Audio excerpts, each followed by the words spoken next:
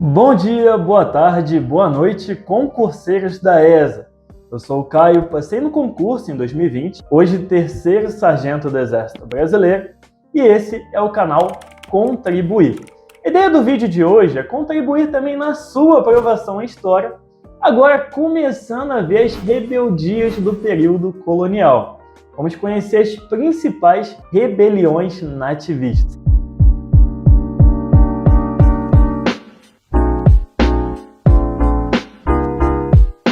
Seguinte, pessoal, eu separei esse assunto de rebeliões nativistas em duas aulas, tá bem? São um total de 4 revoltas que interessam no nosso estudo. Eu vou comentar de 2 delas em cada uma das aulas. Nessa aula de hoje, nós vamos falar sobre a Revolta de Beckman e a Guerra dos Emboabas, e na aula seguinte a gente fecha o conteúdo com a Guerra dos Mascates e a Revolta de Vila Rica. Show? Então vamos lá. A partir do século XVII, surgiram aqui no Brasil alguns movimentos de contestação ao domínio português, os abusos da metrópole sobre a colônia. Mas entenda, pessoal, no início, os primeiros movimentos não chegavam a reivindicar a independência nacional ou a separação de alguma região em relação ao Brasil. Tá? Não era isso. Eram apenas movimentos isolados, contra medidas isoladas, que não agradavam grupos específicos de uma ou outra região específica, entende? E o que é bom a gente ter em mente sobre essas manifestações, a importância delas na nossa história, é que elas conseguem mostrar que aqui no Brasil, desde o início do século XVII, já existia uma população enraizada, sabe? Uma população que tinha seus próprios interesses, a ponto até de ir contra o próprio sistema para lutar por eles. Mas, antes da gente entrar de fato nas revoltas da aula de hoje, quero fazer aquele pedido especial. Para você que tem acompanhado as aulas e tem tirado proveito delas, não deixe de curtir o vídeo, se inscrever no canal e seguir minha página no Instagram também, onde você tem mais acessos a conteúdos da ESA, pode entrar em contato comigo para organização de estudo, tirada de dúvida e muito mais. Outra coisa que já é de costume, agora eu vou falar para você não esquecer de copiar toda a caixa de texto que aparecer aí na sua tela a partir de agora, pois a ideia delas é facilitar a sua revisão desse conteúdo. Muito importante também estar em um local tranquilo, sem muitas distrações e que o seu telefone já esteja silenciado. Eu sei que é difícil, mas vale a pena o esforço aí, beleza? Sendo assim, vamos seguir com a aula. Pois bem, a primeira rebelião que nós vamos estudar é a Revolta de Beckman. Ela ocorre no ano de 1684 no estado do Maranhão. E o que acontece? Vocês lembram daquela rixa entre jesuítas e colonos por conta da escravização dos nativos? Onde os colonos precisam de mão de obra para trabalhar nos engenhos e para isso eles querem o trabalho escravo indígena. E por outro lado, os jesuítas não aceitam isso. Então, já entendam que essa revolta aí está dentro desse contexto também. E por quê?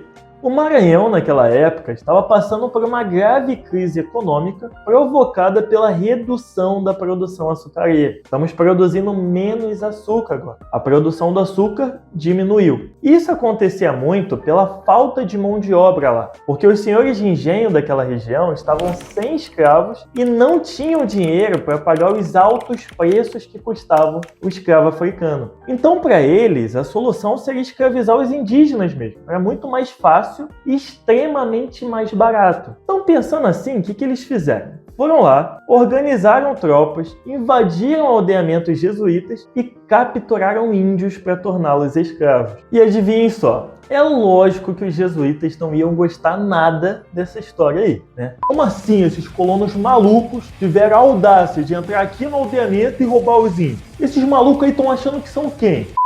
Então foram bufando reclamar com Portugal e as autoridades portuguesas mandaram um recado. Pessoal, parou a palhaçada, hein? Eu já disse que não é para escravizar os meus nativos.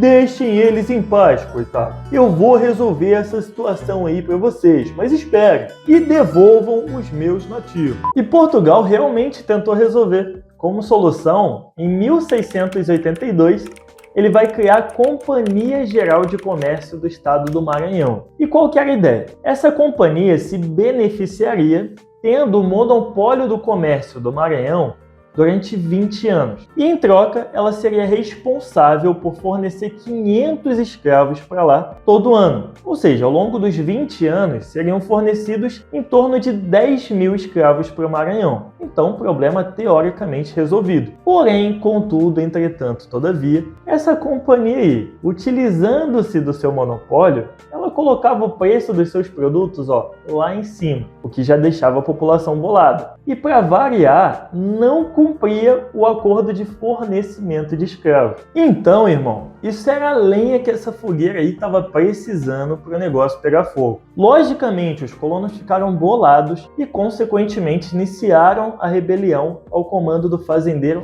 Manuel Beckman. E se liga, os caras estavam transtornados. Ocuparam a cidade de São Luís, expulsaram os representantes da Companhia de Comércio e ainda deram pé na bunda dos jesuítas que não concordavam com a escravização dos nativos. Depois disso, eles resolvem enviar o irmão de Manuel Beckman, um tal lá de Tomás Beckman, para Portugal, com a missão de jurar fidelidade ao rei, né, claro, e explicar os motivos, o porquê fizeram a rebelião. Falar para o rei que a Companhia de Comércio não estava cumprindo o acordo, estava se aproveitando, colocando o preço dos produtos lá em cima, e na cabeça deles o rei ia super entender, né? O rei ia ter empatia, ia saber que se tivesse no lugar deles ele faria a mesma coisa. Consequência, o rei ouviu, não gostou do que ouviu, sendo assim, mandou prender Tomás Beckman e nomeou um novo governador para o Maranhão, chamado Gomes Freire de Andrade, o qual foi enviado para a região para combater os revoltosos. E com isso, Manuel Beckman acabou parando em uma forca junto com outros líderes do movimento. É raro, mas acontece muito, né? E esses são os dramas dessa revolta aí, ok? Agora a gente vai falar da segunda rebelião da aula de hoje, que no caso é a Guerra dos Emboabas. Ela acontece nos anos de 1708 e 1709, na região das Minas Gerais. E antes de tudo, vamos entender esse termo aí, tá? Emboabas. O que isso aí significa? Essa era a forma como muitos portugueses eram chamados aqui na colônia naquela época. É uma palavra de origem tupi e significa aves de pés peludos, ou seja, é uma referência para os calçados que os portugueses usavam que contrastavam com os bandeirantes paulistas, que por muitas vezes andavam descalços mesmo. Mas enfim, com o passar do tempo, esse termo começou a ser usado para se referir aos portugueses que eram oponentes dos paulistas, entende? Com sentido de forasteiro, pessoa de outra região. Pegou essa ideia? Tá bom então. Então agora a gente vai começar a entender o que estava acontecendo para essa Guerra dos Emboabas aí rolar, beleza? Pessoal, a descoberta do ouro na região de Minas Gerais, no finzinho do século XVII, pelos bandeirantes paulistas, começou a atrair muita gente para essa região. Colonos de outras províncias, europeus também, todos com interesse de participar da exploração das jazidas descobertas. O problema é que os paulistas, aqueles camaradas que encontraram o ouro, achavam que a exploração deveria ser exclusiva deles e hostilizavam os estrangeiros. Eles viam todo aquele pessoal chegando e falavam: Ei, o que vocês acham que estão fazendo ou que vão fazer aqui? Irmão, pode tirar o cavalinho de vocês da chuva, tá? O ouro fui eu que encontrei e sou apenas eu que vou explorar. Bom, essa situação aí desencadeou inúmeros conflitos entre emboabas, liderados por Manuel Nunes Viana, o governador das Minas, e os bandeirantes paulistas. E o mais marcante deles, que deu fim também aos conflitos, aconteceu em 1709 no chamado Capão da Traição. Nesse, um exército emboaba de aproximadamente 1000 homens cercaram mais ou menos uns 300 paulistas. E olha o que aconteceu aí.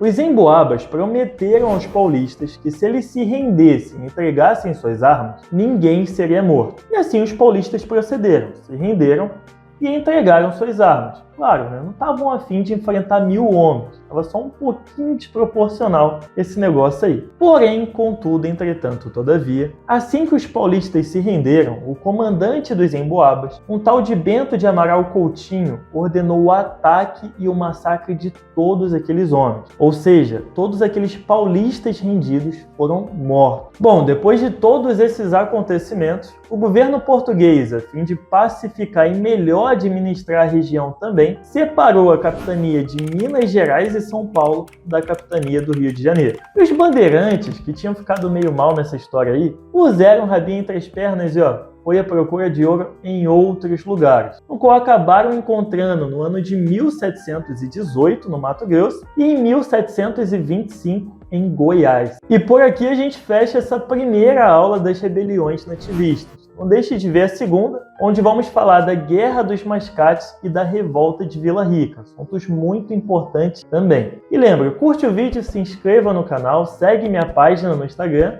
e não deixe de acompanhar os conteúdos que estão sendo postados na playlist de História do Brasil para ESA. São videoaulas teóricas como essa aqui e de resolução de exercícios batendo todo o edital do concurso. Beleza?